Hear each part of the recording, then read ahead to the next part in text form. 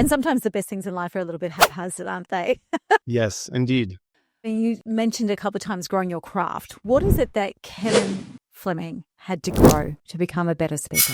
Oh, so many little things. I remember if I had to answer like globally, it's asking people for feedback. For example, I would go somewhere and say, hey, by the way, what'd you think? What could I do better? What could I do to improve? And I remember one gentleman said, well, you rattle your keys a lot, like in your hands in your pocket, and you're rattling your keys. And I found it a little distracting. And I, of course, didn't realize that I was doing that subconsciously. So then moving forward, I never have keys in my pocket.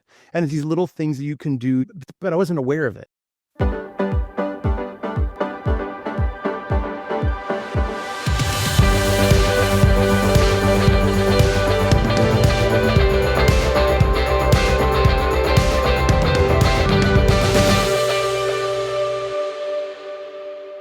I'm calling in all of the subject matter experts out there with deep and rich lived and worked experience who are wondering whether or not they can truly move from free to being paid in their own industry and maybe one day crack open and go outside of their own industries. This conversation with Dr. Kevin J. Fleming is an incredible exploration of somebody who's done just that. You will hear how we connected. You'll hear what I came and took from Kevin speaking to my own world throughout the conversation. What I wanted to do before we get started is just give you some quick insight into who he is. And for this, I am going to read from some of his bio because it's extraordinary. Kevin J. Fleming, Dr. Kevin J. Fleming is a scholar, author, TEDx and global keynote speaker and philomath, lover of life, bacon, and the counter-narrative. He is the founder and CEO of Catapult, and he is an incredible main stage keynote speaker who's now speaking around the world. He has an incredible background in education, and his mission is all around education relevancy. So for all of you listening, I think you're going to love what he brings to the table as a subject matter expert who has made it to the international stages, and also actually the topic itself. He is humble. He is mission-driven, and make no mistake, he is on a mission to use speaking to create global impact at scale, and he's using speaking to put the gasoline on it. Welcome to the conversation. So I am really looking forward to this next conversation on speaker-driven business because this conversation is with the fantastic Dr. Kevin J. Fleming, and we're going to be exploring a slightly different angle. Kevin, before we get started, can you just let our audience know exactly where in the world you are right now? I reside in Southern California. I'm in inland, SoCal, right in between Los Angeles and Palm Springs. Amazing. A very different part of the world. Yes, this is home. Born and raised about an hour and a half from here, although I've moved around a little in the States. Yeah, this is close to family and friends. Yeah. Now, to introduce you to our audience, I met you, like so many people did, when you were put onto the stage on the closing day and in the closing sessions for the National Speakers Association Conference Influence in 2024. And in that, I came to know a bit about what you taught, and we're using what you taught rubrics with our entire client base at the moment. And it's proving to be incredibly powerful. But also within that, I became aware of your mission around education and that sort of stuff. So I'd love to start with, what is it about your work, the depth of the work and the things that you do? What is it that you love, and how did you come to be who you are now? Thank you for asking, and thanks for having me on to speak with your community. By the way, I have 24 years under my belt of speaking, but I didn't start out with any way, shape, or desire of being a professional speaker. I was an educator by craft. So I went to school to be an educator. I got my master's degree. I started working in colleges and universities, a faculty member, dean, vice president. And somewhere along the way, I realized that you had to go out in the community and promote your programs and talk about coming to the institution. And so I found myself doing a lot of speaking, but none of it was paid. It was all like part of my day job, as it were. And I started to be invited to do breakout sessions. And very frequently, for those I'm sure in your audience that are in education, we do a lot of conferences and trainings and summits. Found myself quickly being invited to lead a session or come to a breakout and eventually to keynote. And so that evolved and it grew. And so I've been doing that. My first paid gig, as it were, was 17 years ago. And so then it just grew. But I never had, unlike some, never had a business plan, never woke up one day and said, I'm going to be a speaker. It was always a side kind of, I don't want to say a side hustle, but it was a side part of my identity. It was something I did as an educator. It was something I did to promote my work and my full-time job. And I just kept getting invitations. And so I realized I needed to be somewhat more intentional about growing the craft. And my niche of education was always about, as you heard at NSA, it's about educational relevancy and helping to Yeah. ensure that all students at all levels are finding the intersection between who they are and what they're learning and what they want to do after graduation. And so I found myself speaking a lot about that over the last years. What is it that you think gets people's attention with that topic? Because it's actually, even though it feels like it's an intersection, it's also broad. So what do you feel gets people's attention with that and actually resulted in this, Kevin, can you come here? Kevin, can you come here? I think early on when I started, it was a topic that, first of all, I'd lived it. So my lived Yeah. experience was to go to the university, get liberal arts degrees, and then be frankly unemployable. I did not have the labor market skills and employability skills that are needed.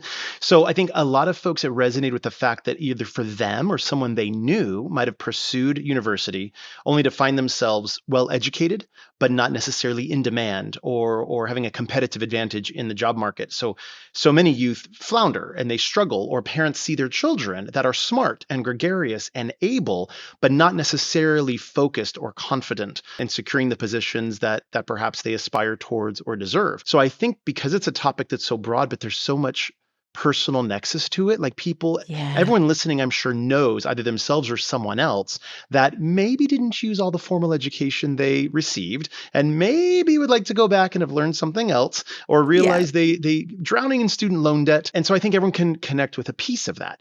So then when I would go out and evangelize a different mythology, a different way of doing education, I think that was attractive to a lot of folks. What is it that you do evangelize? What is the difference that you're advocating for? Because this is very mission driven for you.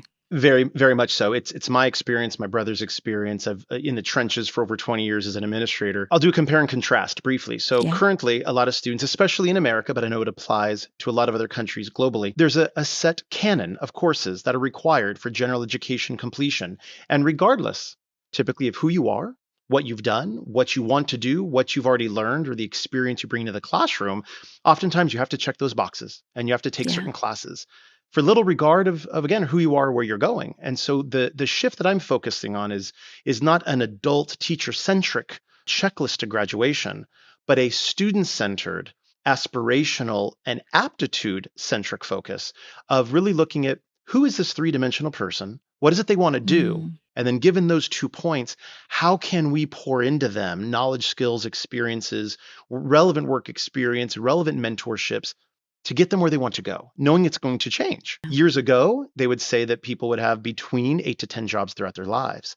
Well, now it's over 27 jobs is anticipated for high school students, not just in part of AI, but because of just the changing complexities of the world. So we have youth today that are going to have many, many, many different positions, some full-time, some side hustles, some grow, they'll have lateral moves, there'll be new careers that aren't invented yet for new technologies that have not been discovered yet. So to prepare them for that world requires far more customization, personalization, and adaptability than a lot of our traditional public systems currently have built within them. So the change I'm aspiring for is really one that is less content focused and less teacher focused with a predetermined set of courses, and more individualized, personal, and adaptable to teach them how to pivot and how to continue to learn and add new value for wherever they end up going. I just realized I'm actually smack bang in your audience because as you were saying that, I suddenly thought of my children who are completely different academically. And the youngest one, so my eldest son, there's 4 children. My eldest son is in the top 1% of the country. And then and also a rat bag. So he's not just a straight Mensa child. And then my youngest son is the bottom 1%. And we knew that we just had to get him through the system. And once we got him through the system, he was more than okay. And so that approach that you're talking about that would have actually really benefited someone like my youngest son. And I think I've just talking out loud for the audience because I just realized that that's what you're talking about. It is an intersection with a broad scope, but it's got so much personal appeal. So let me ask you, what is your younger son, if it's okay to get a little personal, what are they doing now in terms of professional or for a career or a vocation? So he actually, when he left school, because he obviously, as soon as he was able to, he wanted to leave and we said, well, you have to work. So his first job was actually washing panels on a solar farm remotely, living in camp, and he loved it. And he's now a plant operator in mining and about to move to being a plant operator in a massive logistics company. Really happy. Has his 4-wheel drive, his Kelpie dog, his blue heeler dog. They're Australian dogs, and very happy. I love that. And if he could go back in time, I bet he would have enjoyed taking classes in high school on project management and being outside and energy systems and manufacturing processes and things that he's now discovered maybe an interest for, but was not exposed to early on, I would imagine. And it's more as well, we used to get apologies frequently from the teaching staff because he was such a great kid in class, they would forget the amount of support he needed. So it was this real paradox. So we were quite fortunate in so many ways. One of the things that brings me to, though, and this is speaking more into your work, and we'll circle back obviously to the speaking, where have you seen shifts? Like where you've been advocating and evangelizing, where is it that you've actually seen shifts happen? Domestically in America, it's mainly with state departments of education where they shift the metrics that they're actually measuring. So for example, for many decades, the focus has been on assessment tests and performance, right? So there might be a national standardized test, state standards, and the achievement on that, typically knowledge-based tests, that would determine the metrics if a school was good or not, and if they got a gold seal or a blue ribbon recognition. Recently, though, some states have started to shift their metrics on what they're evaluating. The state of Ohio, for example, is now assessing what are the industry certifications and competency skills that students are learning throughout the system. So they're still counting, are you getting a high school diploma, are you getting a university degree? But in addition, they're trying to track now how many are getting verified skills and abilities in any industry sector. So in addition to the coursework, who's getting an OSHA certification or a QuickBooks or an Adobe or other credentials that really verify skill mastery and not just knowledge regurgitation. And so states that are shifting those metrics, I mean, as human beings, normally we are going to be good students and we're going to, is this on the test? If so, I want to learn this. And so if this is on the state scorecard, if this is how we're going to get funded, is this what you're going to ask me to report on, and that's what I'm going to focus on. Yeah. That's right. What you measure is what matters, and what matters is what you measure. Yeah. So whether it's speaking or a family or a medical practice or a state education system, what you measure is what people are going to focus more on. So if you change the metrics, you change the behavior. So how important has it been as part of this mission, changing the metrics? Like a lot of people think big stage speaking, but your ability to speak well and articulate and influence and persuade, how important has that been to getting these shifts? That's a big, but I don't know if I'm even capable of answering that, because I think all of us can be persuasive. It's a learned skill. You can learn to articulate and enunciate and be a storyteller, right? So a lot of this is definitely learned. I think very few people pop out of the womb as just a natural born orator. I mean, it happens. Correct. But it's typically with a fair amount of practice and recording yourself and getting feedback and putting in the reps, right? And just and improving as we go along. I think by nature of me doing it for 2 decades, naturally as part of my work, got a lot of reps in, and that of course helped with the craft. But I think it's a big question because, of course, if one is more easily able to persuade or articulate or convince, some people have said if you're a natural born salesperson, you could be a good speaker because you have that, they'll call it the gift of gab, or a lot of those expressions they use, right? So of course, some people have that. But what I have found in my mission is it's more important to care deeply about what it is you're speaking about, especially if you have entrenched deep experience doing it. So I speak about my story, my research, my work, and the things I've learned through that can have broader applicability. I personally didn't wake up one day and say, it didn't work out to be a real estate agent, so I'm going to be a public speaker. I need to find a new topic. Like that wasn't my path, although I know people do that. And I don't mean to say that in a disparaging way, but there's all different pathways.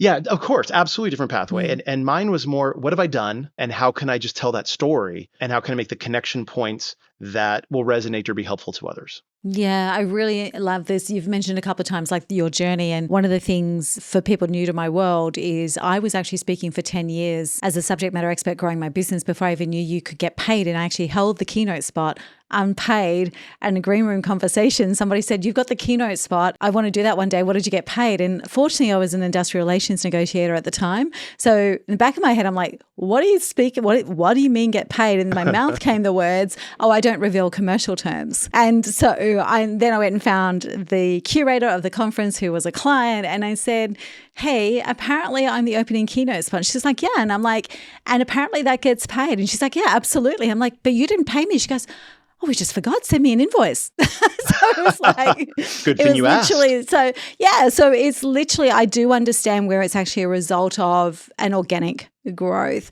What I love about the conversations when I have these conversations with other people who've been in the same pathway, you mentioned your first paid gig as a keynote was about 17 years ago. When you tell me about that engagement, first of all, like just what comes to mind when you think about that first gig? Oh, yeah. It was actually a regional colleague who is an educator in Southern California who wanted to hire me to come and speak at a regional event that she had. And she said, "What's your fee?" And I gave her my standard line at the time, which was a cold Diet Coke. And for years, that was my fee. I would go and speak to anyone in the region, and my fee was a cold Diet Coke. And she just kind of leaned in and said, "No, no, no, no, Kevin, that's not enough. That's not good. I've got to pay you something." And then she insisted that she pay me, I think it was $250 or something at the Yeah. time, which I was quite happy about, frankly. That's a Yeah. lot of Diet Coke. And I remember just kind of that light switch moment when I realized, okay, maybe outside of my work obligations, because I wanted to ensure, of course, there was no conflict of interest. I didn't, Yeah. nothing with my day job. But then I realized, oh, maybe this can really turn into a thing. And I'd seen other speakers before and knew it was a role. And in fact, I'd worked with an agency early on in grad school, and I knew people were getting paid to go and do that. But I had never really hung my own shingle, as I said, and went out to do Yeah. it. And then I realized, okay, well then I can start charging $250 or $500. And Amazing. I'll share this story with you. Years into this, I remember I got a phone call from an industry association in Texas who wanted me to come and speak at their industry event. They had seen some of my research, and I said, "Oh, I'm sorry, I can't do that. I have a work obligation. I have a work conference I'm obligated to go to." And they said, "Well, what is your normal fee?" And I told them, and they said, "We'll double it." And I said, "Oh, I guess I'm missing my work conference I guess I'm coming to after all." And I told a colleague of that who was in this field, and they said, "Well, Kevin, guess what? That's your new fee." That's your new fee. Exactly. Yeah. And that was like, and my jaw dropped. I'm like, "No, I couldn't." Like, but then he said, "Yeah, like that's your new fee." And so it's funny when we talk about we start out often, or some of us do organically, and then to grow, and then to get the charge more. That sometimes it's those moments that then cause us to realize, oh, I can get paid, or I can get paid more. Yeah. It's sometimes it's haphazard. Yeah, absolutely. And sometimes the best things in life are a little bit haphazard, aren't they? Yes, indeed. When it comes to actually having mentioned a couple of times growing your craft, what is it that Kevin Fleming had to grow to become a better speaker? Ooh. So many little things. I remember if I had to answer like globally, it's asking people for feedback. For example, Yeah. early on, I would go somewhere and say, "Hey, by the way, what'd you think? What could I do better? What could I Mm. do to improve?" And I remember one gentleman said, "Well, you rattle your keys a lot, like in your hands in your pocket, and Mm. you're rattling your keys, and I found it a little distracting." And I, of course, didn't realize that I was doing that subconsciously. So then moving forward, I never have keys in my pocket. And it's these little Yeah. things that you can do but I wasn't aware of it. Years Yeah. ago, someone taught me as well the tried and true methodology of you tape yourself and then you watch a recording of yourself. And I did that Mm-hmm. early on, and I realized, oh, I had certain ums or pauses, or I would move my arm in a funky way. And just by being more cognizant of it, then you can fix those smaller things, because of course we don't want to be distracting to our own message. We want people to No. focus on what we're saying, not something else ancillary.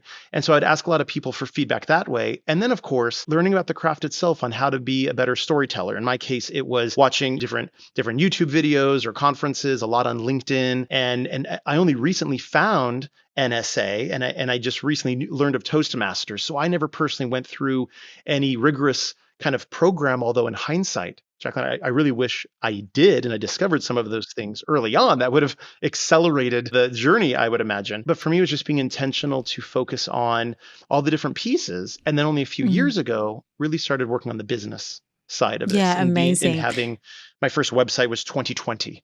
So Yeah. I'd been speaking for 14-ish years before I even got a website and started even promoting myself. It was all just word of mouth. And then my first newsletter also was only 4 years ago. So just more recently getting honed in on the business side of what we do. What did you have to change, or what did you have to learn to hone in on the business side? Because so many people, and we work with people on both sides, the craft and the business. But so many people do one to the exclusion of the other, or they kind of go, I can get to that later. But I'm just really interested in someone who was already organically speaking, it wasn't your main role in life. Your research and your work is your main role in life. What was it that you had to actually learn to dial in the business part of it?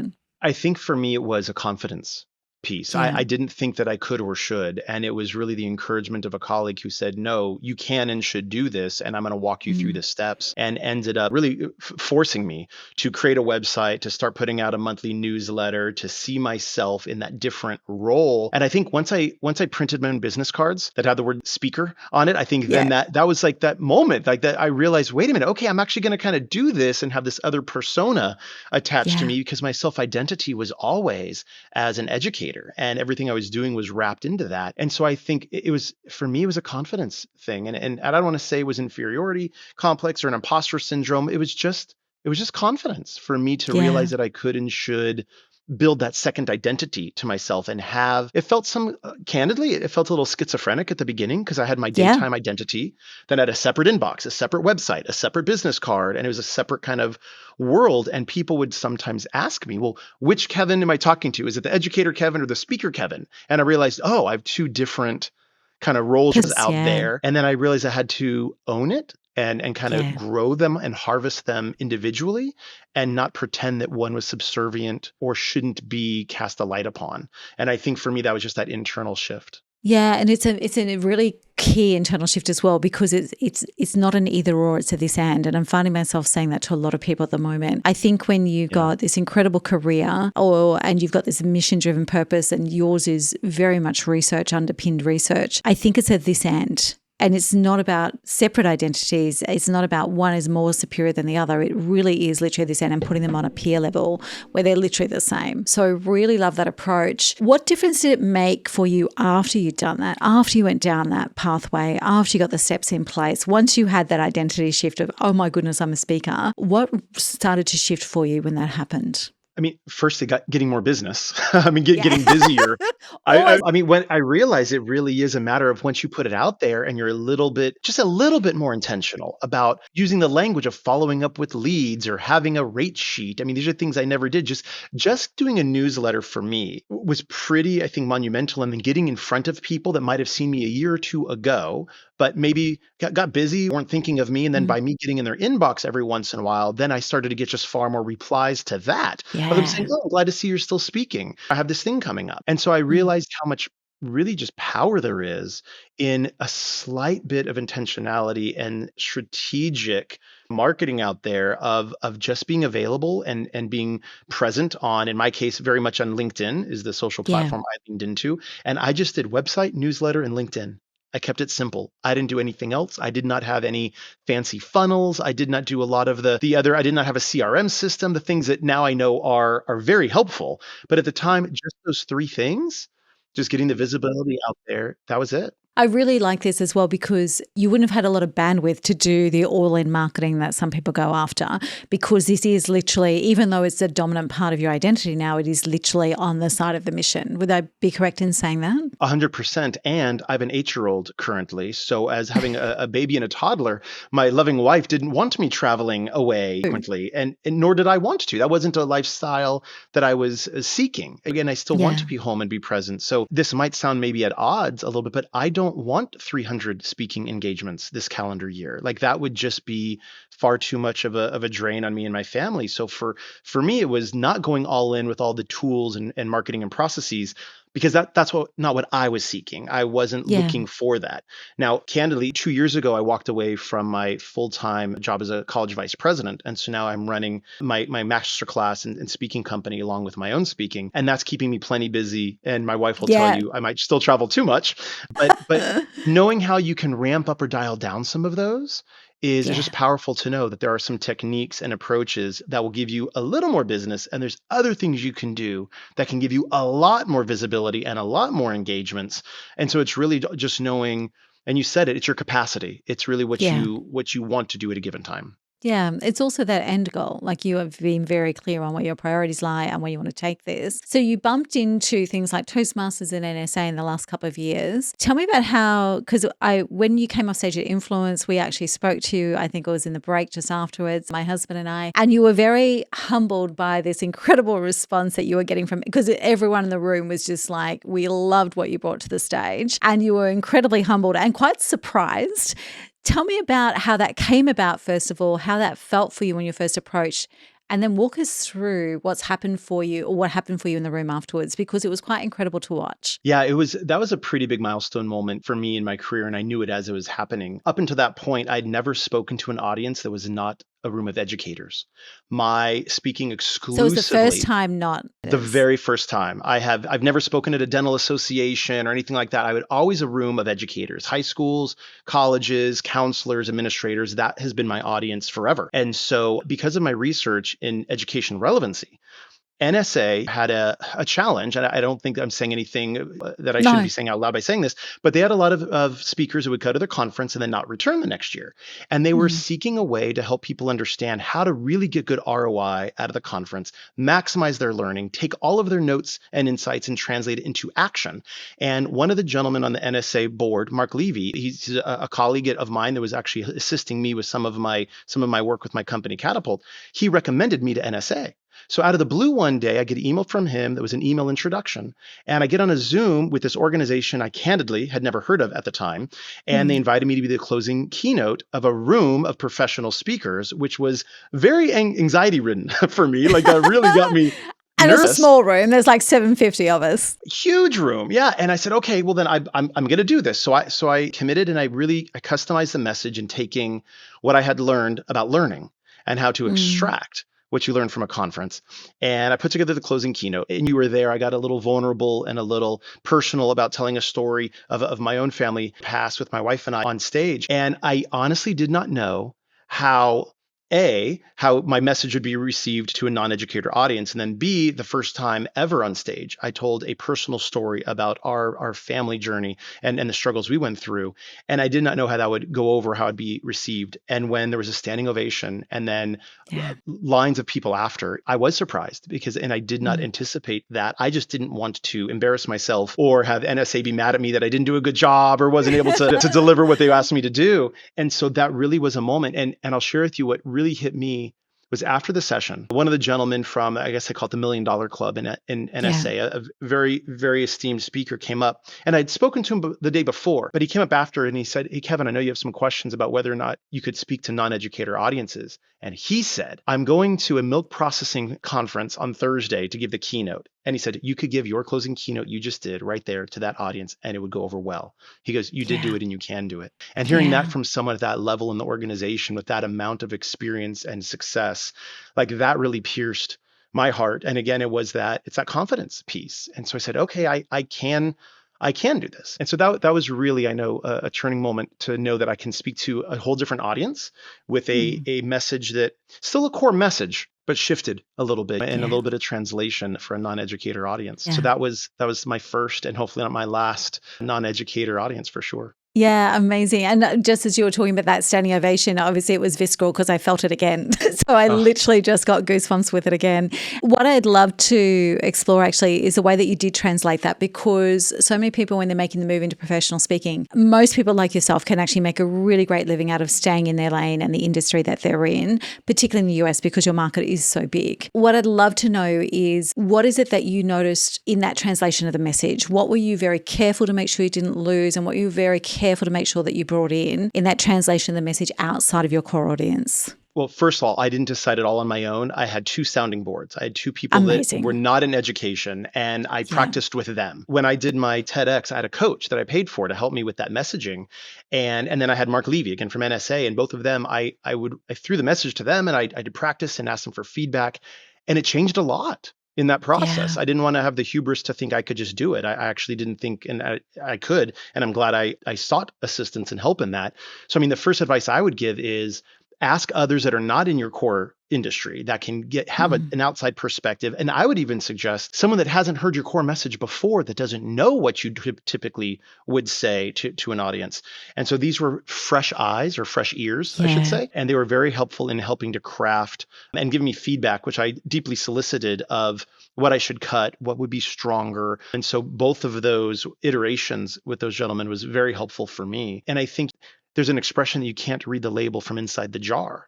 And so you really need someone on the outside to be able to look at you and be able to tell you this is worth keeping, this is not worth keeping. This is what you Yeah. should preserve and expand on. And this piece really doesn't resonate, and change it here. That was my process before NSA. And I think it was far stronger as a result of me just trying to tweak it or to apply it on my own. Because I also am not in those other audiences. You don't know what you don't know. And so I appreciated them being a sounding board for me. Yeah, absolutely. So in those sessions, and Mark Levy is one of the biggest names that we have in the industry anywhere. So you've got Mark Levy and you've got another person. In that feedback and that, I call it that pummeling almost of your keynote, what was the pieces of advice that really took you by surprise? What didn't you see coming? I think it was some of my language. And I think because Yeah. in my case, I'm an educator, I have 5 degrees, I have my PhD, I do a lot of research, and I realized some of the words and phrases I was using was either very much just terminology that is used in the industry, might be an Yeah. educator's term, rubric even being one, which I could expand upon. But then the second was just some of the examples or the language I'd use was perhaps not as accessible, I was Mm. advised. And so for me, it was really just changing the language to be just a little, not simpler per se, because it's not like it was overly complex, but just changing different words. For example, I was using the term juxtaposition in my speech, and Mark says, "Can you just say overlap?" That would actually just be a simpler, so someone doesn't have to do cognitive gymnastics as they listen to you, Yeah. even if they know the term. Can you say these two things overlap? And I'm like, oh, okay, I could do that. So part of it was just like a language, being aware of that. But others was terms that we use a lot, like in industry, we use the term rubric a lot. And so I Yeah. realized that when I was introducing that to a non-educator audience, I just needed to do a little bit more explanation and Yeah. providing examples of, so that if someone hadn't heard of a rubric before, then they would know what it was. And so like there was Yeah. examples like that they gave me to say, hey, drill down a little bit more here, explain that a little bit more, because not everyone in the room may know what that is. So that was a specific piece of feedback that he gave me that was very helpful. I really like that because actually you were able to get everyone to a level playing field before you actually brought it home. So by drilling down into that little bit, and I've mentioned this at the start of the episode, we talk about it all the time in our programs now. And I honor you and reference you every time we do it. We brought rubrics into every single one of our programs for the start of the year. For January is our planning month. And so I introduced everyone to it and I told everyone this is what we need to do if you're serious about getting your goals. And I even delivered it at a networking event for Christian business owners 2 weeks ago, and they were like blown away. So for the rest of the world that doesn't know, a very easy explanation about what rubrics is from you would be amazing. And then also to,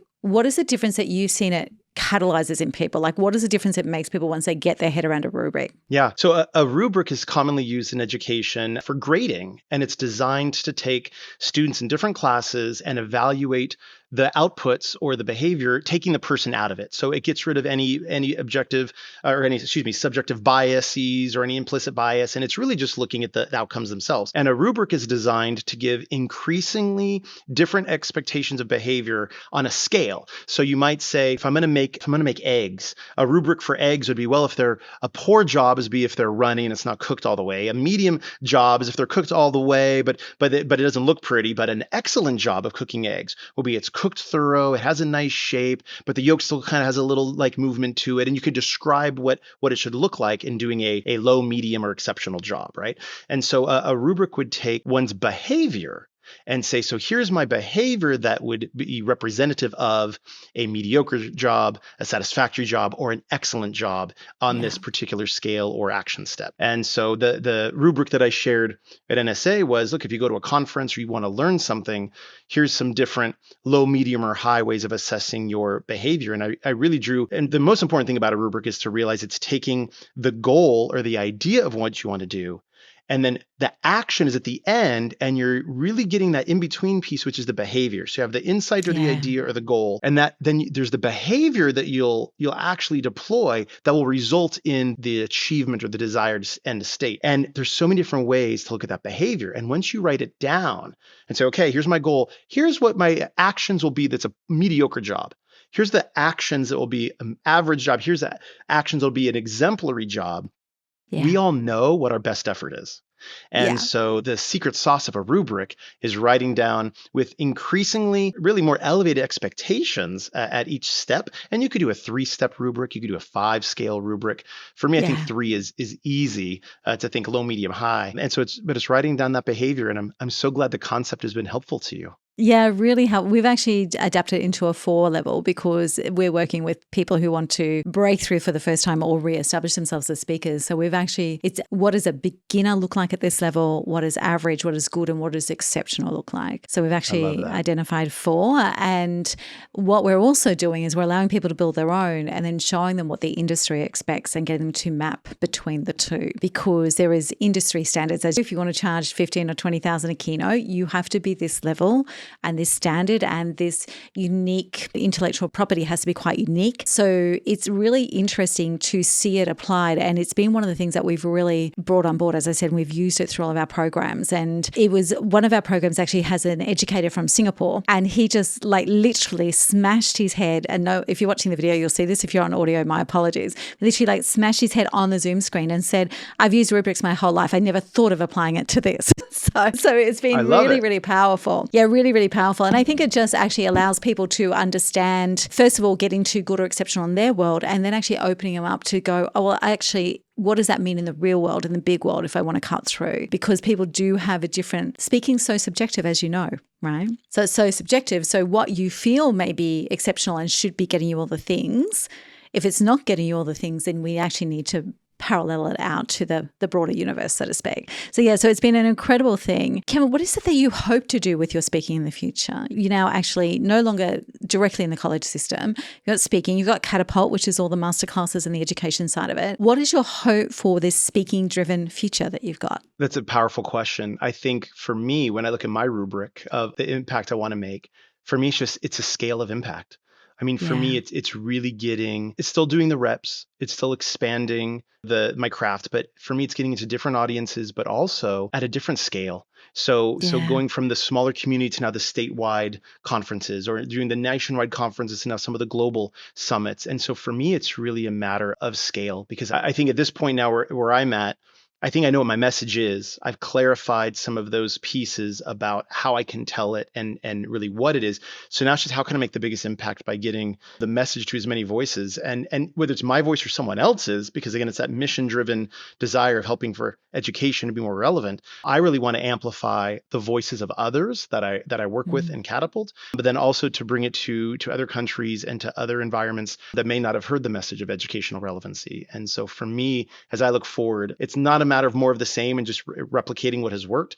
For me, it's really how do I pour gasoline on it and expand the impact and the scope of what we're talking about. Yeah, I love that. How do we pour gasoline on this and really fire it up? If you were no longer needed, if you did such a great job that your work was no longer needed, what would the world look like? That's the goal, right? That's Yeah. what I want to is work Become myself irrelevant. out of this message. Yes. Yeah. I mean, for me, if every student graduates at either high school or university level, when every student graduates and they have clarity of their next steps and they have confidence in what they want to do, and they have the ability to articulate who they are with some degree of self-awareness, that is what the world would look like if I will no longer be needed, because then I know that Mm. every student is being seen and Yeah. heard as the Mm. three-dimensional human being that they are, who I believe all of us has gifts and Mm. talents, but we also have deficiencies. And so to be able to recognize those and to lean into our strengths and to take that first or next step after graduation that's in alignment with Mm. who they are, that'll be a world where then I no longer would need to evangelize in changing the metrics and the mindsets of education, because then they would have gotten what they need and what they deserve. Yeah, absolutely. When it comes to that big future and pouring gasoline on it and all of that sort of stuff, if you look around in the world at the moment, who do you really admire first for their work, and then secondly, and it may be two separate people, for their work and the impact they're making, and the second one is as speakers who are on these bigger stages making a difference? They may be one and the same, they may be two people, but when you look around, who really inspires you to get moving on this? Ooh, it's a long list. I'd say the first name that popped into my mind is a fellow speaker that I've worked with a little bit. Her name is Heather McGowan, and she does have over 200 engagements a year, and she is international, and that she aspired for that lifestyle and is a multiple book author and is crushing it. And I watch the way that she weaves data and stories together in a very clear and concise way. And so I do love that data driven, but mission focused, really the perspective that she has in Yeah. expanding and getting a broader impact globally. So I definitely admire her work. The other that I would cite is also a fellow speaker in Catapult. His name is Brandon Bastide, who is doing the work himself and walking the talk.